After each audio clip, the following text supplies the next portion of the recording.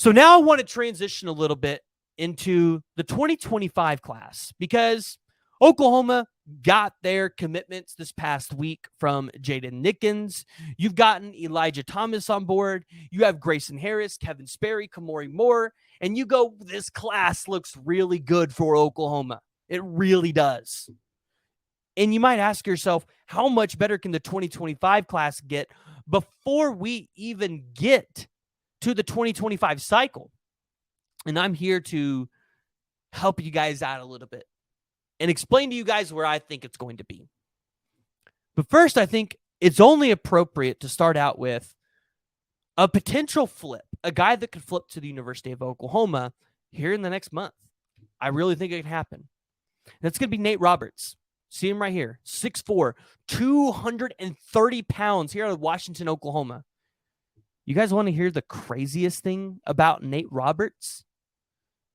And we've talked about this before. He's not even the only tight end at his school that's currently being recruited by a Power 5 school. What do I mean by that? Well, he's a teammate in Cooper Alexander in the 2024 class at 6'4", 220 pounds.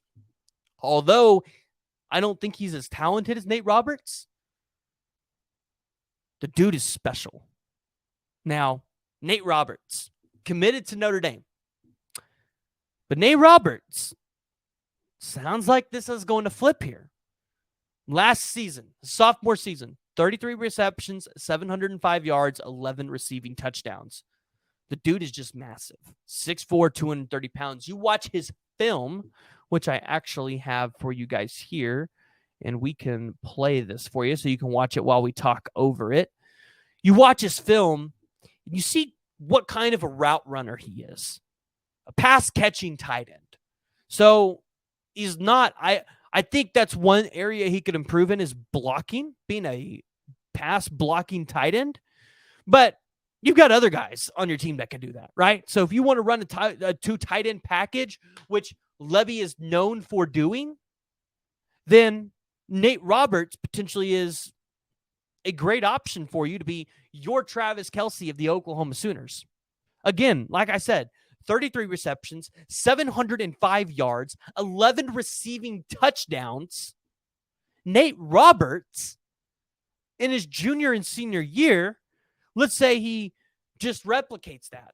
The dude is going to be a top 100 player all day long and on everybody's boards to try to go out there and flip, whether he stays with Notre Dame this month or not. I expect him to decommit from Notre Dame this month and for it to be a flip in favor of Oklahoma. Now, maybe it's wishful thinking because, well, that's a lot of a pickup for Oklahoma. You look at the 2025 class and go, Preston, there's no way Oklahoma is going to get that many commitments in the 2025 class before the 2024 cycle ends. And I'm telling you, I don't think that's going to be the case.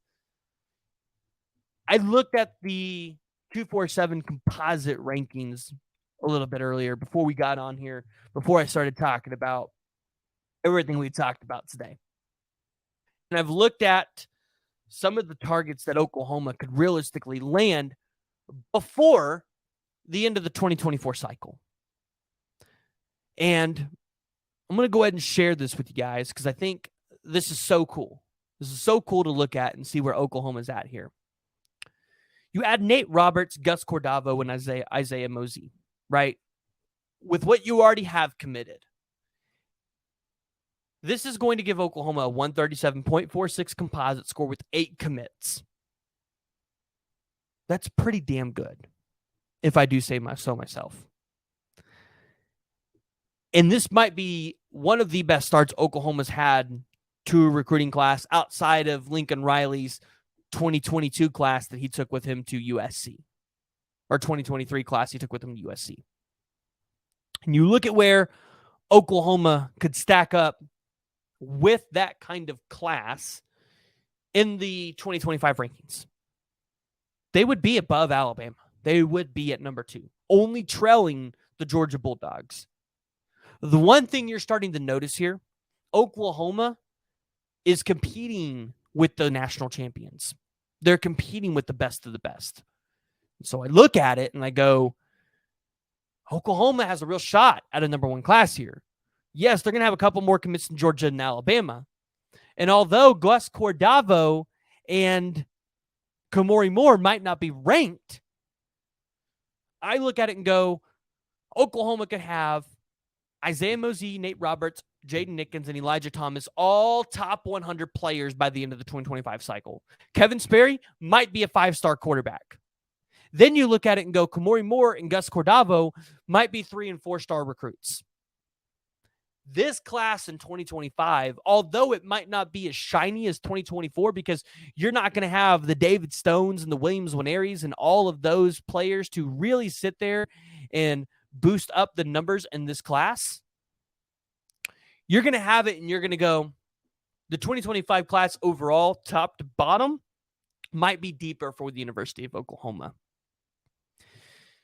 So, guys, that's kind of where I'm at today.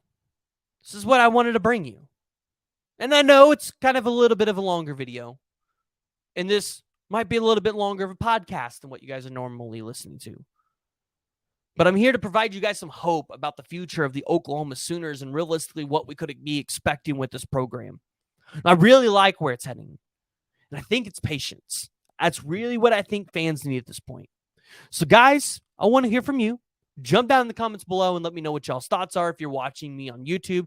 If you're listening to this on Apple, Google, or Spotify, go ahead, give me 5 stars, leave me a review, jump down in the question, respond to that. I think that's only available on Spotify, but if it's available on Apple, I want to hear from you guys on there as well.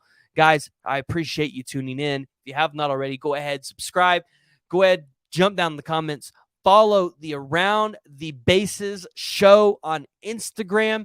Caitlin and I are going to be putting out some softball content there. We are excited for you guys to follow us in this journey as we start another podcast.